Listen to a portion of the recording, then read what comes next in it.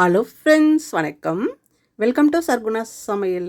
இன்றைக்கி நம்ம சேனலில் கோவக்காய் வச்சு ஒரு அருமையான சுவையில் சைடிஷ் ரெசிபி தாங்க செய்ய போகிறோம். இதோட டேஸ்ட் பார்த்திங்கன்னா ரொம்பவே நல்லா இருக்குங்க. சிக்கன், மட்டன், மீன் இதுக்கு பதிலாக கோவக்காய் இருந்ததுன்னா இந்த மாதிரி ஒரு முறை செய்து பாருங்கள். டேஸ்ட் செம்மையாக இருக்கும். எல்லாத்துக்கூடவும் சைடிஷாக வச்சு சாப்பிட்லாம், ரொம்ப நல்லாயிருக்கும். இதை எப்படி செய்யுதுன்னு பார்க்கலாமா? இதை பண்ணுறதுக்கு 1/2 கிலோ கோவக்காய் வாங்கிட்டு நல்லா கழுவிட்டு தண்ணியெலாம் துடைச்சிட்டு ஒரு கோவக்காயை 4ஆக கட் பண்ணி எடுத்து வச்சுக்கோங்க. இப்போ இது கூட 1 டீஸ்பூன் தனி மிளகாய்த்தூள் சேர்த்துக்கோங்க. கூடவே 1/2 டீஸ்பூன் உப்பு சேர்த்துக்கலாம். சேர்த்துட்டு ஒரு 3/4 டீஸ்பூன் இஞ்சி பூண்டு விழுது சேர்த்துக்கலாங்க. கூடவே 3 டேபிள் ஸ்பூன் கார்ன்ஃப்ளவர் மாவு சேர்த்துக்கலாம். அடுத்ததாக இது கூடவே 2 டேபிள் ஸ்பூன் அரிசி மாவு சேர்த்துக்கலாங்க.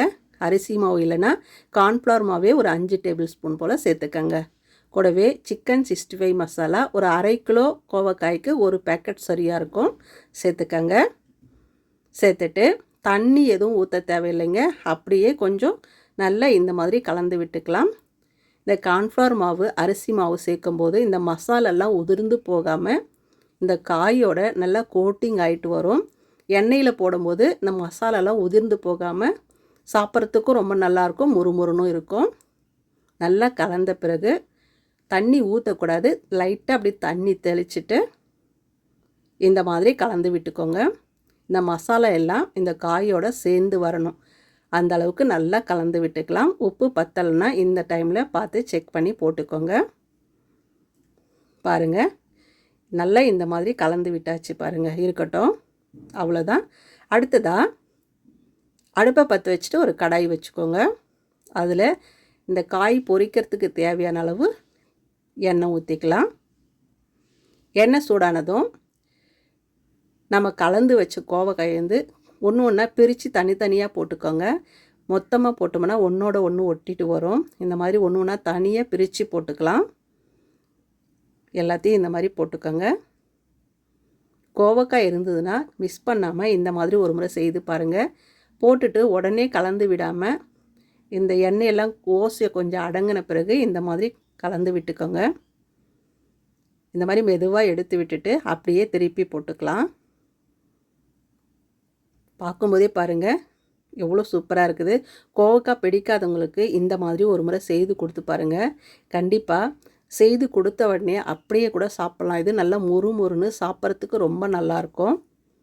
பாருங்கள், நல்லா வெந்துடுச்சு. இந்த எண்ணெயோட ஓசையெல்லாம் நல்லா அடங்கிடுச்சு பாருங்கள். பார்க்கும்போதே தெரியுது பாருங்கள். இது அப்படியே எண்ணெயை வடிச்சிட்டு அப்படியே தட்டில் எடுத்து வச்சுக்கலாம். கோவக்காய் இருந்ததுன்னா மிஸ் பண்ணாமல் இந்த மாதிரி ஒரு முறை இந்த மசாலாலாம் சேர்த்து கண்டிப்பாக செய்து பாருங்கள். கோவக்காய் பிடிக்காதவங்க கூட சாப்பிடுவாங்க, குழந்தைங்க கூட சாப்பிடுவாங்க. ரொம்ப நல்லாயிருக்கும். நல்லா முறு முறுன்னு சாப்பிட்றதுக்கு ரொம்ப டேஸ்ட்டாக இருக்குங்க. இதே மாதிரி மீதம் இருக்கிற கோவக்காயையும் நாம் பொரித்து எடுத்துக்கலாம். பாருங்கள், நான் எல்லாத்தையும் பொரித்து எடுத்துட்டேன்.